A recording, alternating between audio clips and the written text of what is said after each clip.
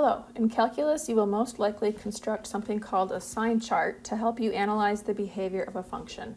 In this video, we will use what we have recently learned about polynomials to construct a polynomial sign chart. Let f of x equal negative 0.00001 times x plus 31 to the third times x minus 11 squared times x minus 20 times x squared plus 75. Construct a sign chart for f of x and use it to create a possible sketch of the graph of f of x.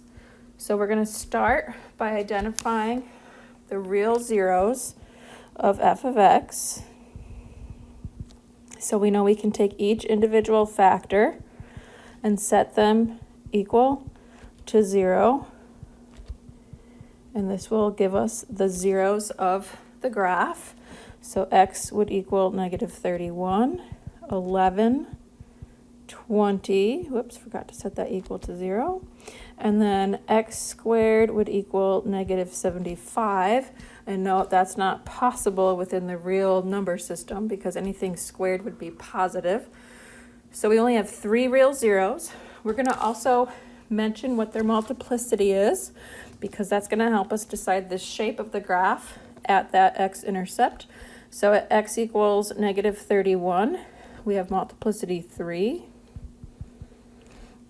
At x equals 11, we have multiplicity 2.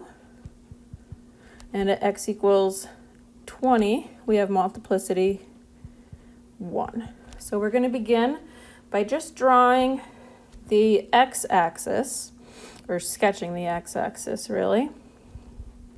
And we're going to estimate where to put these x-intercepts. So my graph will probably not be to scale, or my sign chart rather.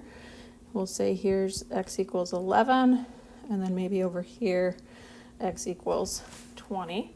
And what we're going to do is label the sign of f on each of these intervals. So if you imagine there's this interval to the left of negative 31, between negative 31 and 11, between 11 and 20, and then to the right of 20.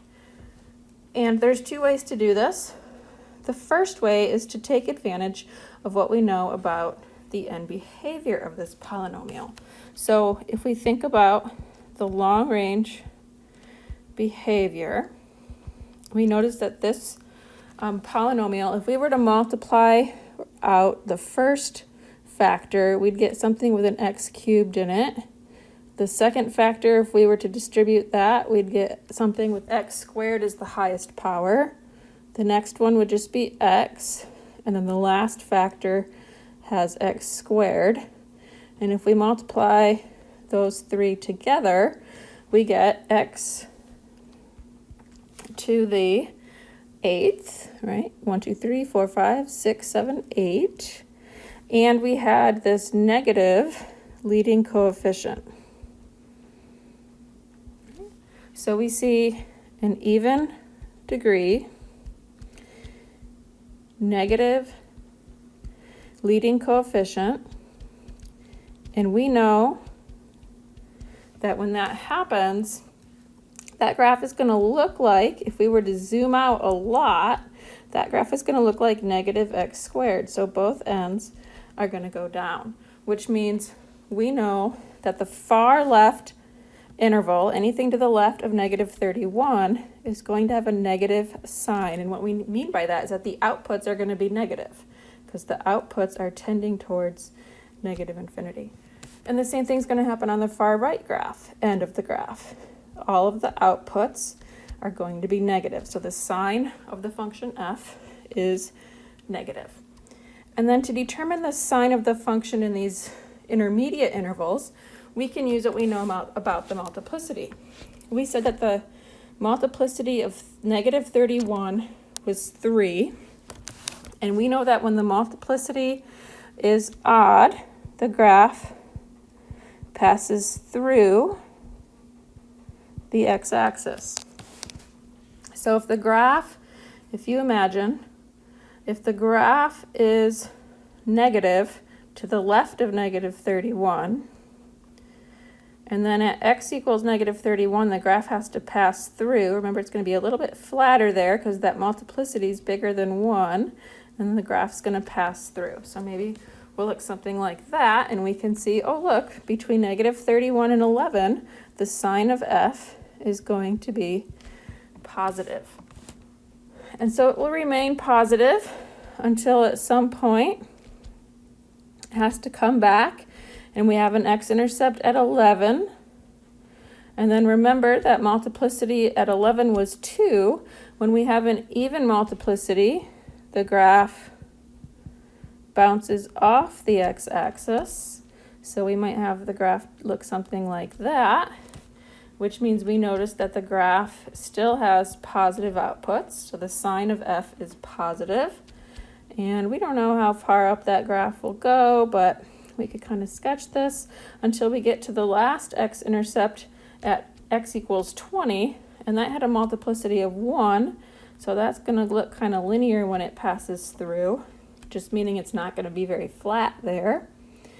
And then we can confirm here at the end, we see the graph is below the x-axis, which would confirm that the sign of f, the outputs, are negative. So this is one possible sketch of the graph in red, and then the labeling in black and purple is what is actually the sign chart for the function f. So I mentioned there were two ways to decide the sign of the function f. The first way was to look at the long-range behavior, and then there is a second method. So let's look at that. So we're going to pick up where we kind of left off when we had the real zeros at negative 31, 11, and 20. And we're going to look for, again, the sign of f. I would get in the habit of labeling that. When you get to calculus, you're going to label multiple things on this sign chart. So we want to make sure we're communicating what we're identifying here. And what we're going to do now is investigate interval by interval the sign of the function. So for example, I have a lot of room between negative 31 and 11, so I'll start there. We can pick any value between negative 31 and 11. 0 seems pretty easy, but you could pick negative 20, negative 15, you could pick 8, whatever, something between negative 31 and 11. So my test value is going to be x equals 0. And I'm going to look at the function f of x, and I'm going to look term or factor by factor what would happen if I let x equal 0. So the first factor, negative 0.00001, that's negative. And then if I do 0 plus 31, that's positive. Cube it, it's still positive. X minus 11, when I square that, and if x is 0, that's going to be a positive number. And then 0 minus 20, that's a negative number. And then x squared, if x is 0, that's still 0, plus 75, that's a positive number. So notice I'm being kind of lazy. I don't care what the number is, I just care if it's positive or negative. And then I look at this and I think to myself, okay, a negative times a positive times a positive times a negative times a positive is a positive. So I know that on this interval between negative 31 and 11, the sign of the function f is going to be positive. So I could repeat that process in each interval. Let's back up and pick something to the left of negative 31. Our test could be something like negative 40. So we're going to think about what would be true about the sign of each factor. So we start out with that negative leading coefficient. Then if we do negative 40 plus 31, that's a negative, and when we cube it, it's still negative. Negative 40 minus 11, that's a negative, but when you square it, it's positive. Negative 40 minus 20, that's going to be a negative number. And then negative 40 squared, that's positive, plus 75 is another positive. So we see that if we did a negative times a negative times a positive times a negative times a positive, we would get a negative. So to the left of negative 31, the sign of f is negative. Next, between 11 and 20, you could pick anything. I'm going to pick 15. Right, so then the function f of x, we'd have the negative leading coefficient. Negative 15 plus 31 is positive. When I cube it, that's still positive.